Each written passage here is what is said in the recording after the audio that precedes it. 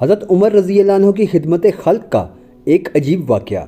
حضرت عمر رضی اللہ عنہ ایک مرتبہ چلے جا رہے تھے۔ راستے میں ایک جگہ دیکھا کہ ایک گھر میں چند بچے بلک بلک کر رو رہے ہیں اور ان کی ماں نے ایک ہانڈی چولہے پر چڑھا رکھی ہے۔ آپ نے اس عورت کو آواز دی، دریافت فرمایا، یہ ہانڈیاں چولہے پر کیسے چڑھا رکھی ہے اور یہ بچے کیوں رو رہے ہیں؟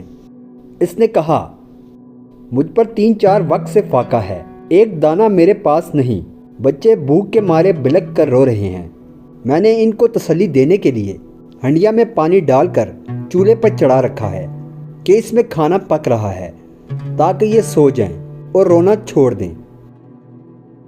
حضرت عمر رضی اللہ عنہ پر اثر ہوا کہ میری خلافت میں اتنے غربا موجود ہیں کہ کئی وقت سے فاقہ گزار رہے ہیں۔ اسی وقت بیت المال میں تشریف لے گئے، وہاں سے کچھ غلہ، کچھ آٹا، کچھ دال اور کچھ اور چیزیں لے کر اور اپنی کمر پر لاد کر اس بڑھیا کے گھر تشریف لے گئے۔ امیر المومنین حضرت عمر فاروق رضی اللہ عنہ، جن کا نام لیتے ہوئے دنیا کانپتی تھی، اور وہ کمر پر غلہ لاد کر بڑھیا کے گھر پہنچ رہے ہیں اور وہاں جا کر چولہا چڑھایا، آٹا گوندا اور پکانا شروع کیا۔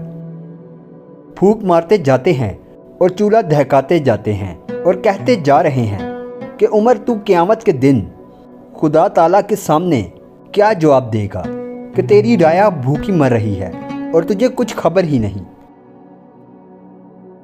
حضرت عمر رضی اللہ عنہ کے غلام ساتھ ہی تھے۔